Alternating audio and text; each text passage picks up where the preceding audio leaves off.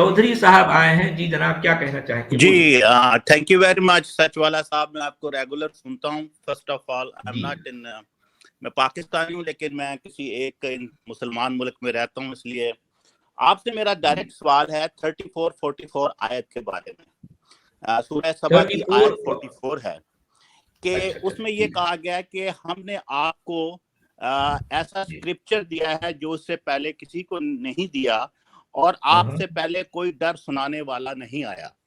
तो कॉन्सेप्ट जो इसका ये दिया जाता है कि प्रॉफिट मोहम्मद जहां आए मक्का में, उससे पहले कोई डर सुनाने वाला नहीं आया। ये कॉन्सेप्ट है इस आयत का। मेरा सवाल आपसे ये है कि अगर इस नबी से या इस रसूल से पहले कोई नहीं आया तो ये काबा किसने बनाया? क्योंकि हमें ये बताया गया कि ये तो इब्राहिम और इस्माइल ने बनाया, जबकि कुरान ये कहता है कि आपसे पहले स्पेसिफिक है कि कोई बॉर्डर वहां नहीं आया। तो फिर मक्का का ये काबा किसने बनाया? मेरा बस ये सवाल। जी हाँ, जी हाँ, बहुत वैलिड क्वेश्चन है आपका, बहुत जानदार जो है सवाल है। कि देखें कि ये कुरान का लिखने वाला ये कह रहा है कि हमने नहीं दिया तुमसे पहले ना तो कोई जो है किताब जिसका जो है वो पढ़कर सुनाए या इसकी वो तालीम दे। जी, ऐसी कोई किताब यहाँ किसी को नहीं दी गई जिसकी वो पढ़ के सुनाते हों। और हमने तुमसे पहले नहीं भेजा कोई भी खबरदार करने वाला, डराने वाला या जो है वार्न करने वाला। तो ये इस आयत के पर्सपेक्टिव में आपका जो क्वेश्चन है बहुत ही वैलिड क्वेश्चन है, बहुत वैलिड है। अगर ये कुरान मक्का में उतरा तो मक्का में तो इब्राहिम और इस्माइल भी रहे हैं। इनके खुद मुस्लिम स्कॉलर्स के अनुसार वहां इब्राहिम के बाद उनकी औलाद में बेशुमार नबी आए, बेशुमार रसूल आए। तो फिर ये कुरान का लिखने वाला ये बेतुकी और ये बेढंगी बात क्यों कर रहा है? ये सवाल है। बिल्कुल, और ये बात सूरह यासीन की आयत 6 में भी कही गई है, सूरह अल-कसस की आयत 40 में भी कही गई है, सूरह सजदा की आयत 3 में भी ये बात कही गई है। तो अजीब सी कंफ्यूजन है कि लोगों को इतनी सी बात समझ नहीं आती कि इतना कंफ्यूजनल किस्म का आंसर। यानी ये बात एक आम से बंदे को भी समझ आ रही कि यार अगर वहां पर मक्का है तो फिर यहाँ तो ये मक्का नहीं है, यहाँ फिर ये नबी नहीं है। दोनों में से तो एक बात तो है, या कोई और जगह पे आया है जहाँ पे नबी आए हैं। एग्जैक्टली, तो बस यही बात है ताकि लोगों को इस बात के इंफॉर्मेशन हो जाए।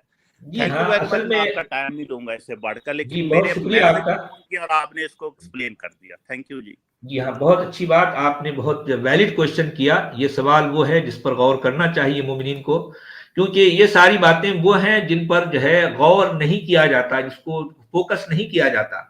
असल में होता यह है कि इस किताब को एक ऐसे अल्लाह से जोड़ दिया गया है जिसके बारे में यह अकीदा तराशा गया कि वो परफेक्ट है, उसमें कोई चीज की कमी नहीं हो सकती।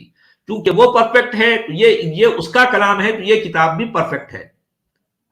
ये है असल सबसे बड़ी मुश्किल इस किताब की। वो इस किताब को जिससे जोड़ा गया इनके अकीदे के मुताबिक वो परफेक्ट है। क्योंकि वो परफेक्ट है तो ये किताब भी परफेक्ट है। अब इसमें कभी कोई गौर नहीं करना, कभी सोचना नहीं, कभी कोई क्रिटिकल जो है एनालाइज नहीं करना, ये मुसलमानों का सदियों से ये जो है उनका वतीरा, उनका तरीका रहा है, सदियों से। इसलिए कभी भी इस किताब को यानी जो कहते हैं ना एक टेबल पर नहीं रखा गया जिस पर जो है इसकी चीर फाड़ हो, एक डिसेक्शन टेबल पर नहीं रखा गया। मैं चाहता हूं कि इस किताब को डिसेक्शन टेबल पर रखा जाए।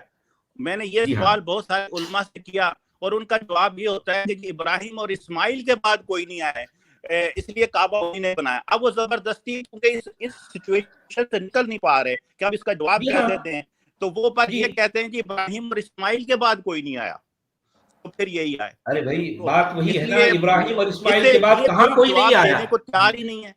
जी हाँ, एग्जैक्टली यही है। असल में इतनी फजूलियात, इतनी बोधी, इतनी बचकाना बातें इस किताब में पाई जाती हैं, इतने कॉन्ट्राडिक्शंस हैं, इतनी जो है कंफ्यूजनल जो है स्टेटमेंट्स हैं। इसके होते हुए हम ये साफ साफ कह सकते हैं कि ये किसी खालिक कायनात का कलाम नहीं हो सकता।